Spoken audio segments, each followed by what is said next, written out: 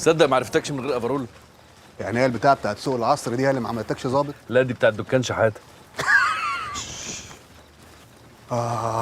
توكلنا على الله.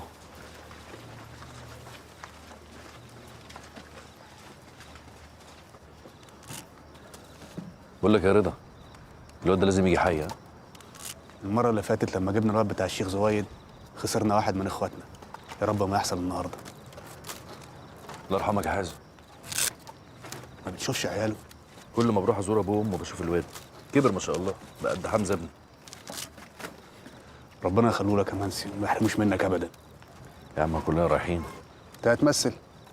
طب ايه رايك بقى نعمل اتفاق؟ اللي يروح فينا الحازم الاول يسلم عليه. يا عم ما تنبرش فيها، مش جايز انا وانت نروح احنا الاثنين دلوقتي.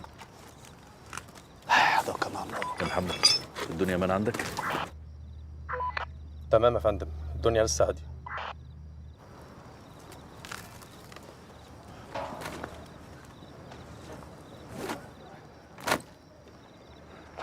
بسم الله. بقول لك ايه؟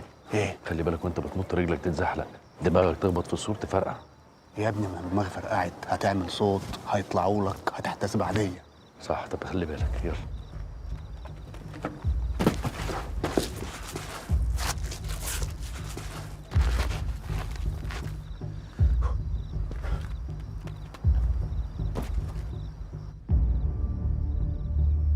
اتحرك يا هشام، اتحرك يا هشام. اعمل دخول يا محمد. تمام يا فندم.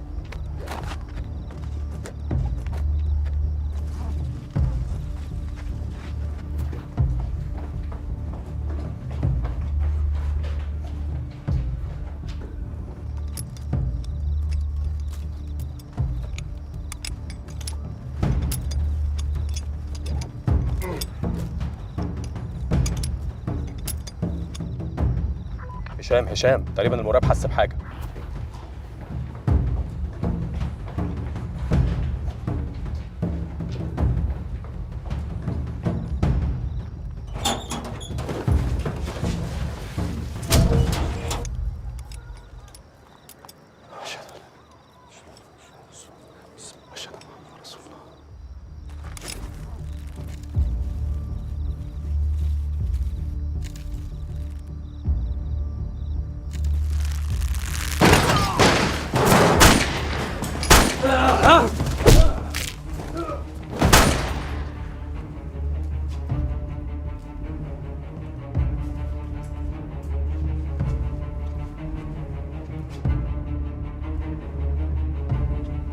محدش يحاول يكسر الباب متشرك.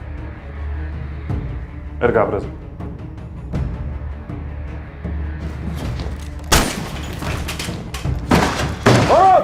ارد تعال تعالى.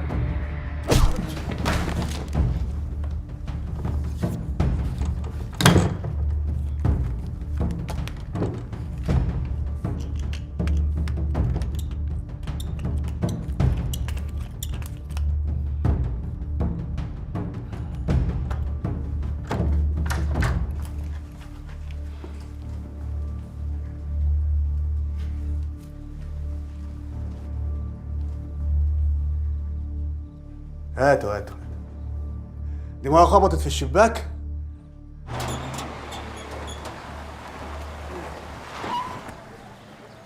ايش فيه؟ ايش اللي حصل؟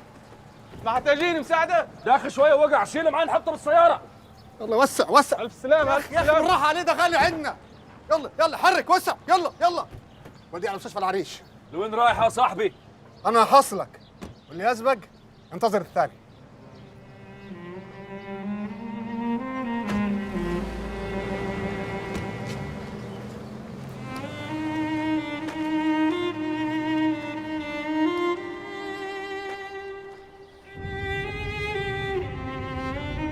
الحمد لله على السلامه يا امور.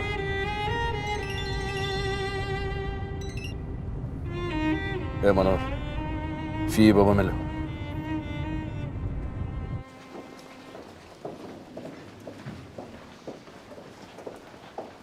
السلام عليكم يا دكتور. السلام ورحمة الله وبركاته. خير، ايه اللي حصل؟ الوالد دخل في غيبوبة كبدية. ده حصل من ايه؟ تدهور كفاءة الكبد للدرجة دي بتتسبب في غيبوبة، احنا بنسميها غيبوبة كبدية. بس اكيد مع الادويه ممكن يفوق منها، مش كده؟ مفيش حاجة بعيدة عن ايد ربنا، لكن صعب جدا يفوق منها. واضح ان احنا وصلنا للمرحلة الأخيرة. أحمد، احنا عارفين ان احنا هنوصل للمرحلة دي. ادعي له ربنا يلطف بيه. طب ممكن اشوفه بعد اذنك؟ مش هينفع تدخله دلوقتي، عن إذنك.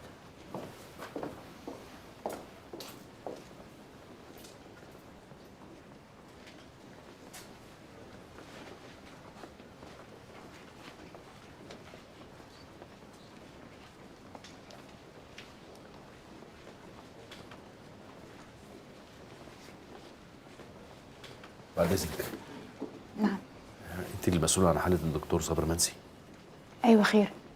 انا الرائد احمد منسي، بخدم في شمال سيناء ولسه واصل حالا. اهلا وسهلا بحضرتك يا فندم، بس بصراحه يعني الزياره ممنوعه دلوقتي والله، وانا لو دخلت حضرتك انا عارف هتأذي. والله انا عارف، بس انا كنت عايز اطلب منك طلب، معلش. اؤمر خير. عايزك بس تدخلي له وتقولي له في ودنه احمد ابنك بره. يا فندم ده في غيبوبه يعني، ولا سامع حاجه ولا حاسس باي حاجه، ازاي هقول له كده؟ انا عارف والله، بس معلش ريحيني. قولي له احمد ابنك قاعد بره وما تخافش، مش هيمشي غير لما يدخل لك. بعد اذنك. حاضر. شكرا.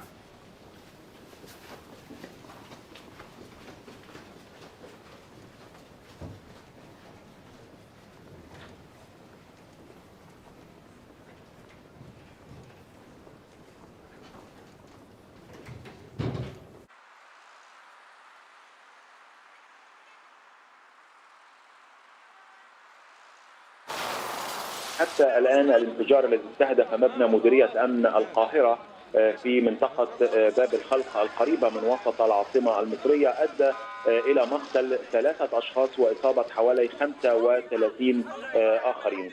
الانفجار أدى إلى تدمير الواجهة الأمامية لمبنى مديرية أمن القاهرة، وكذلك ألحق أضرارا. ما شاء الله يا أبا عبيدة، ما شاء الله. ما بيقولوا ان القتلى 4 بس، لكننا نظن بفضل الله انهم اكبر بكثير. ما يهم، لو يكذبوا في الأرقام الصور ما تكذب. بدي إياك في أسرع وقت تجهز تسجيل نعلن فيه مسؤوليتنا عن الغزو، وتنشره على كل مواقع التواصل الاجتماعي الخاصة ابنا.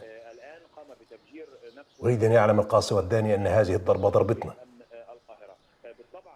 واكتبوا فيه إن نبشر أمتنا أن تلك الهجمات هي أول الغيث، ولينتظروا هطول المطر، وليعلم الذين ظلموا أي منقلب ينقلبون. ما شاء الله يا أبا عبيدة. بالطبع يعني هذا الانفجار يحمل رمزية كبيرة باعتباره يستهدف مركز الشرطة في العاصمة المصرية، ويأتي قبيل أيام قليلة من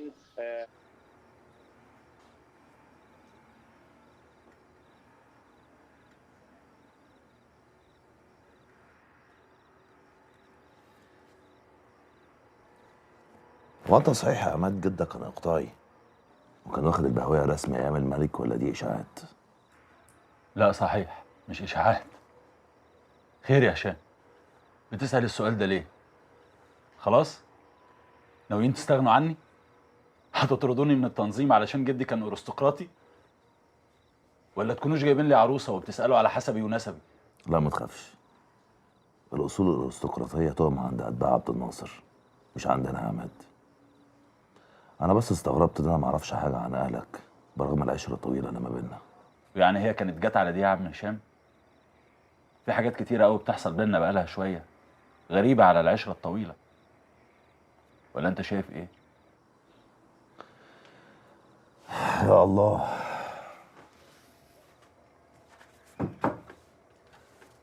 راجل ما تبقاش حماقي كده، اقسم لك بالله انت ما تعرف غلاوتك عندي. انت شريكي واخويا، وبعدين انت صاحب فضل عليا، انت اللي دلتني على طريق الخير. وهي كانت جزات انك سبتني على اول الطريق وجريت فيه لوحدك. الجري ده مصلحه ليا وليك، بكره تشوف بنفسك. العقل بيقول ايه يا عم عماد؟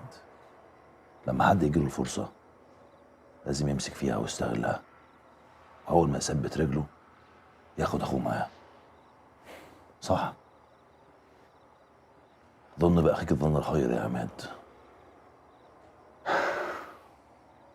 ماشي يا هشام، ماشي، خلينا نشوف.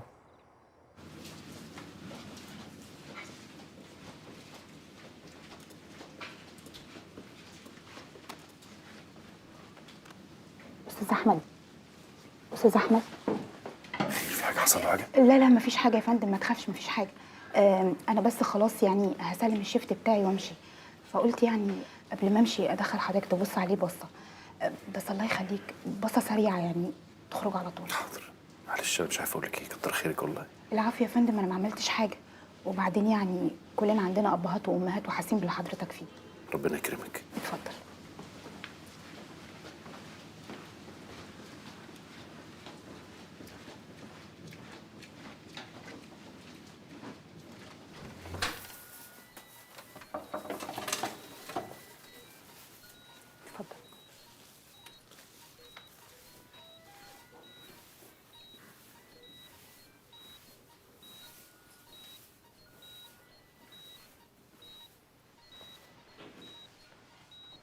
أنا هسيب حضرتك دقيقة معايا، بس من فضلك هي دقيقة واحدة.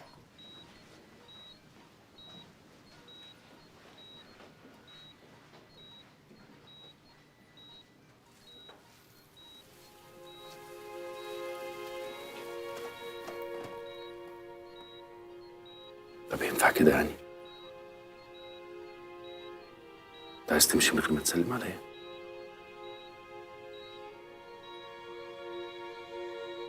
بس معلش، انا عذرك برضه، عارف انه غصب عني. وعارف ان انت سامعني وحاسس بيا. انا بس عايز اقولك ان انت هتوحشني قوي، ومش عارف ازاي اعيش من غيرك. انا عايزك بس تدعي لي.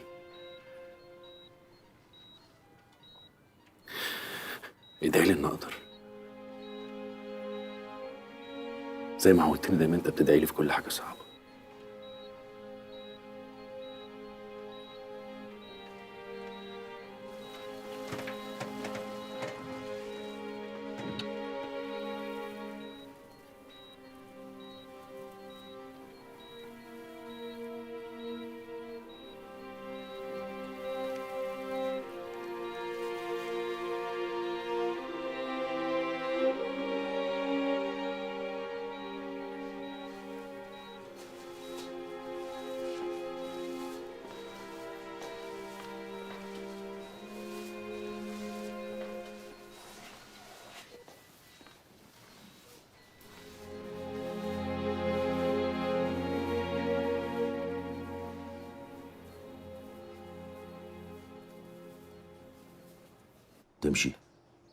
تمشي تروح فين وليه؟ بص يا هشام، انا هقول لك كلام صعب ان انا اقوله لاي حد، بس انا هقوله لك عشان انا بحبك في الله. احبك الله الذي احببتنا فيه. عارف ايه اكتر حاجه كانت بتثير اعجابي في الشيخ حازم فك الله اسره؟ انه كان عنده بصيره، كان بيقدر يعرف مآلات الامور واللي هيترتب عليها حتى من قبل ما تحصل.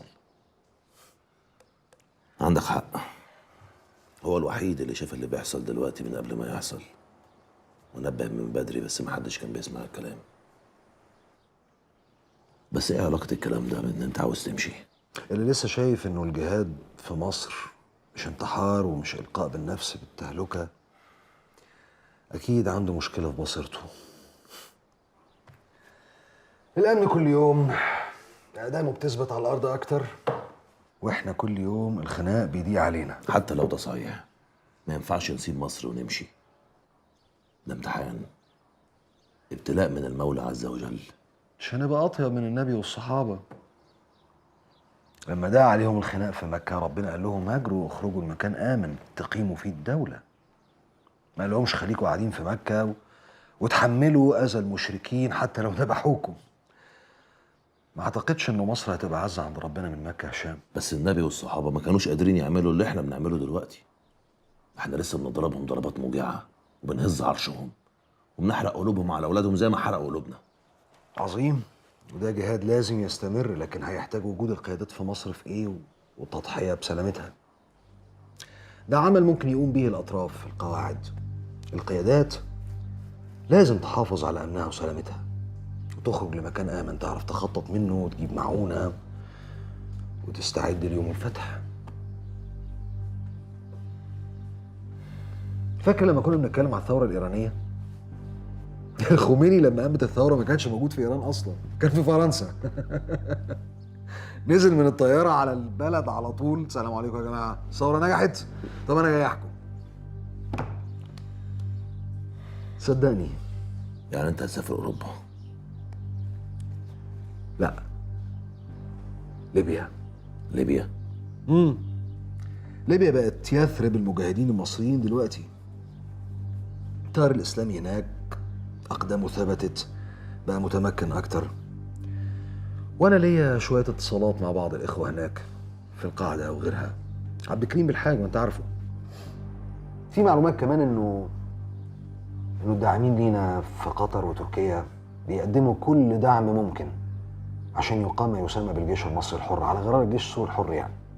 بيقدموا كل اشكال الدعم، دعم مالي، دعم لوجستي، سلاح، تدريب، قتال، كل حاجه. صدقني انت مكانك ما بقاش هنا، انت مكانك هناك.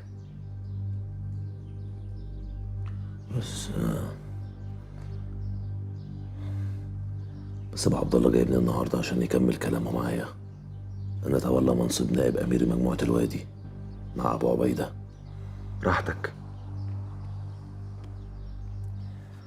انا بس كنت عايز اقول لك اللي جوايا بما يرضي الله. خلينا متواصلين على التليجرام على اي حال، واذا حسيت في اي وقت ان انت عايز تيجي مكانك موجود. السلام عليكم يا اخوان. عليكم السلام ورحمه الله وبركاته. لا تاخذوني تاخرت عليكم. عندنا امور كتير بدنا نجهز إلها. زبانة الامن مضايقين علينا فوق طاقتنا.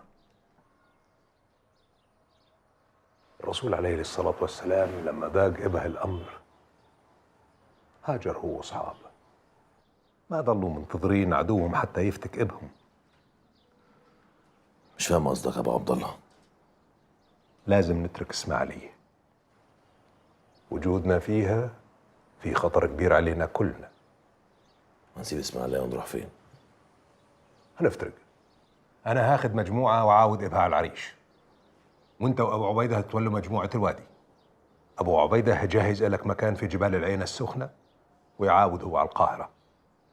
محتاجين مجموعه صغيره تختارها بنفسك يعقدوا على الصحراء الغربيه. الصحراء الغربيه؟ الطواغيت تركيزهم الحين على الشرق وعلى الوادي. بدنا نفتح جبهه في الغرب تشغلهم عنا شوي.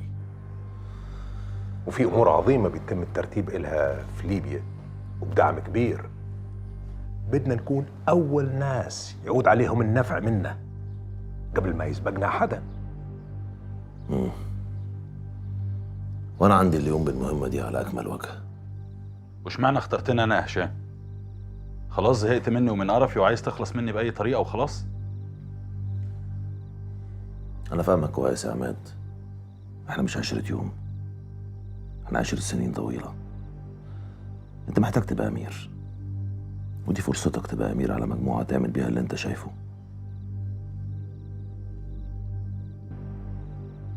ماشي يا هشام، أنا موافق بس عندي شرطين.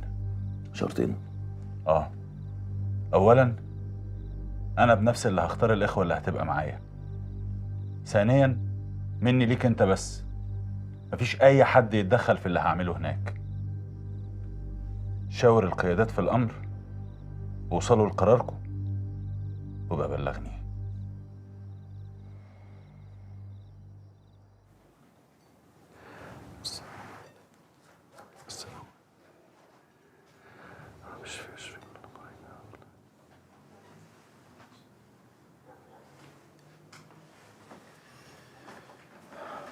الفطار جاهز يا احمد.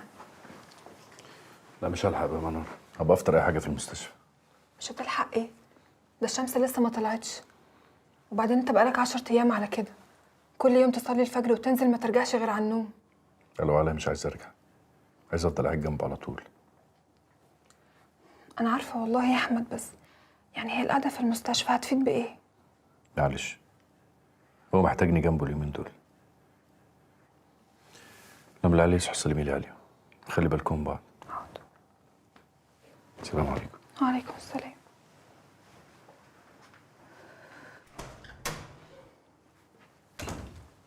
ماشي الحال. كرامة إلك موافق. أجهزوا ورتبوا حالكم، انتظروا مني الأمر بالتحرك في الوقت المناسب. سبحان الله، أين أنت يا فتى؟ أنا بدور عليك عشان أودعك قبل ما أسلم الشيخ أبو عبد الله. خلاص نويت يا شيخ عمر؟ فإذا عزمت فتوكل على الله، وأنا عزمت. أستنى إيه يا أبو عبد الله؟ أستودعكم الله الذي لا تضيع ودائعه. سلم لنا على كل الإخوة هناك، وإلى لقاء قريب بإذن الله. إن شاء الله بإذن الله. أجهز لك السيارة. تسلم. يا أبو عبد الله، سيارة. الجهاد مستنيك في ليبيا. هستناك، ما تتأخرش.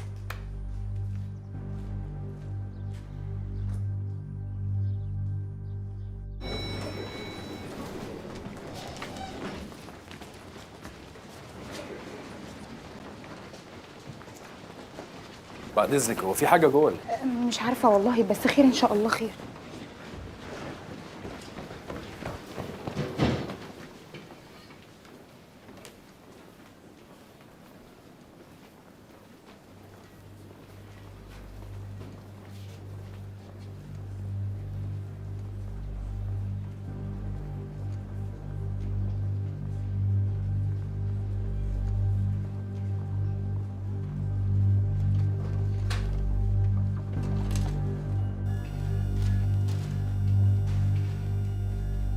الرست بسرعة.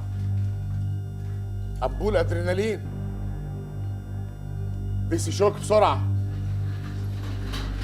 بسرعة.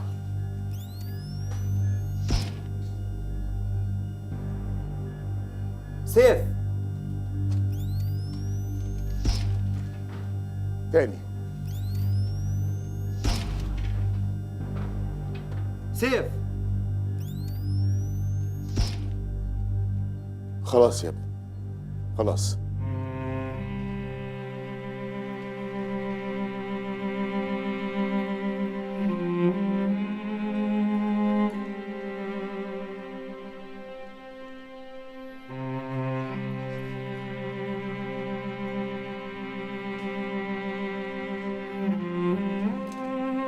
شد حيلك يا منسي بقال الله.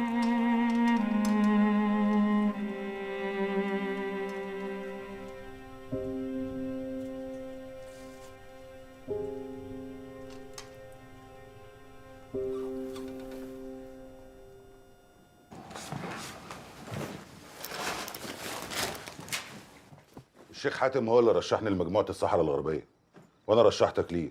قلت له ابو سعد ده صعيدي جدع قلبه ميت. يعني تفتكر يا اخ زياد المروح معاه افضل ولا المروح مع الاخ شريف؟ لا سيبك من شريف، شريف ده نفسيه، انما الشيخ حاتم صاحب صاحبه جدع هترتاح معاه. يلا بقى عشان العربيات قربت توصل. حاضر حاضر.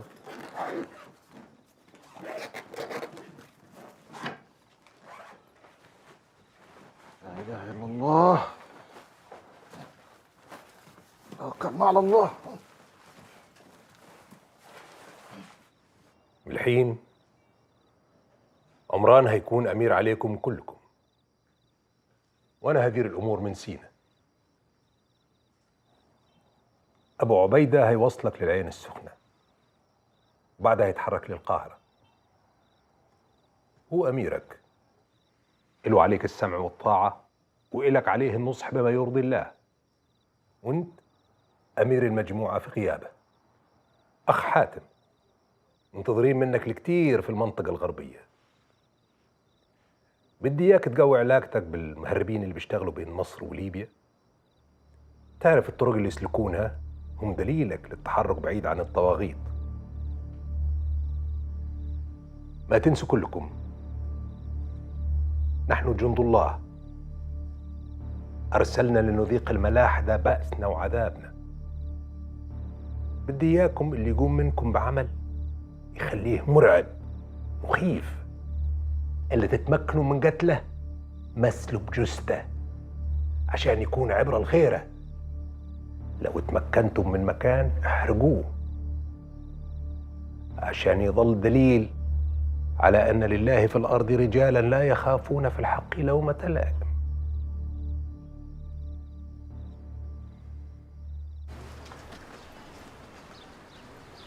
البقيه في حياتك يا قائد، والله ما اعرف الا امبارح، لولا كده كنت جيت انا وعبد الله حضرنا الدفنه والعزاء.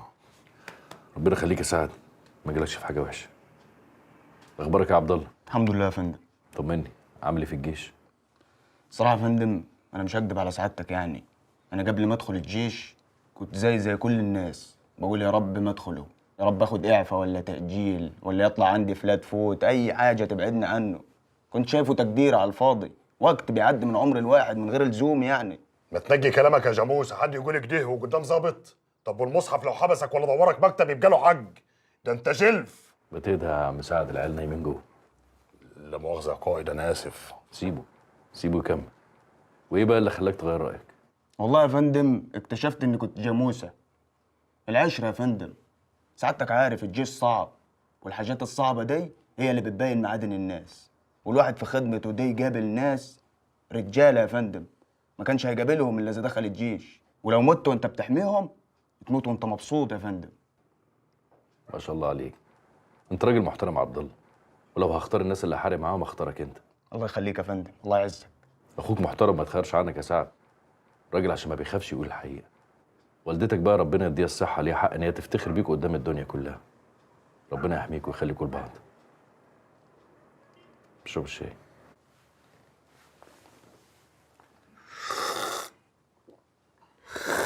بصوت واطي يا جاموسه. التواصل بيننا هيكون عن طريق الإنترنت، ويفضل التليجرام. أما عن مخزون الطعام والشراب اللي عندكم ده إن شاء الله يكفيكم أكتر من يوم إلى أن تعتادوا المكان. لكن بعد كده عشان تجيبوا احتياجاتكم لازم النزول يكون بالتناوب. أنا هبدأ المرحلة الأولانية في تدريب الإخوة على مسك السلاح وضرب النار وعمل المتفجرات. بعد كده هحط تصور هنعمل إيه الفترة اللي جاية. على بركة الله. وأنا من ناحيتي هبتدي أفرز من الإخوة المنتشرين في المحافظات بعض العناصر الجيدة اللي تنضم ليك هنا. لكن يا أخ هشام، زي ما أمر الأخ أبو عبد الله، ضروري الفترة القادمة الإخوة يتدربوا على القتال بشكل مخيف ومرعب. ها؟ خلاص بقى انتهينا من مرحلة الإعلان عن أنفسنا، ابتدينا في مرحلة إثارة الفزع في القلوب متى ذكر اسم أنصار بيت المقدس. الله المستعان. ونعم بالله. طيب أنا هتوكل على الله قبل الليل. أشوفك على خير. سلام الله عليك ورحمته وبركاته. وعليكم السلام ورحمة الله وبركاته.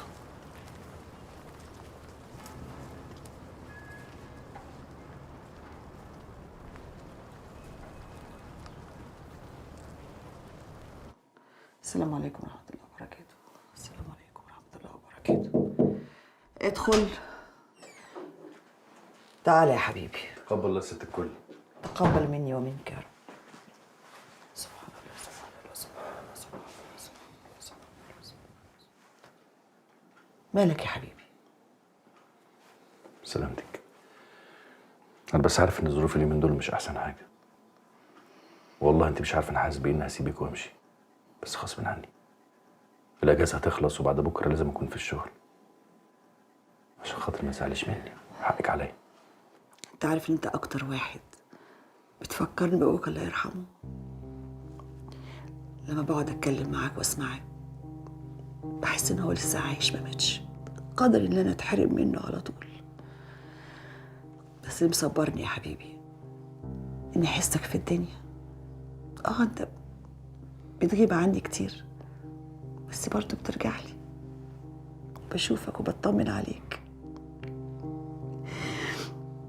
بص يا حبيبي، خلي بالك من نفسك، ما تشيلش همي. لو عايز صحيح تفرح قلبي ارجع لي بالسلامة. ارجع لي يا حبيبي وخلي بالك من نفسك. بس انت ادعيلي. داعيلك من قلبي يا حبيبي.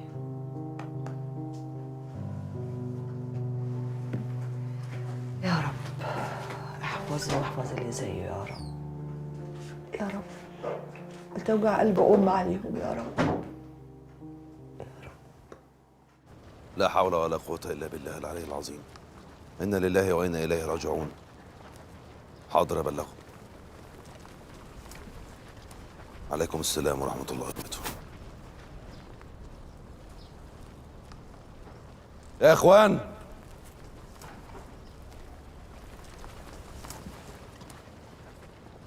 والله إن العين لتدمع وإن القلب لا يحزن، ولا نقول إلا ما يرضي الله.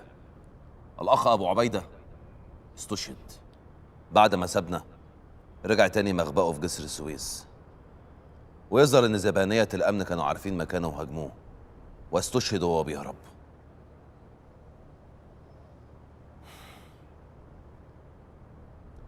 الأخ أبو عبد الله بيعزيكم وبيبلغكم إن هو اختارني أميراً لمجموعة الوادي خلفاً للشهيد أبو عبيدة، ويطالبكم بالبيعة والسمع والطاعة.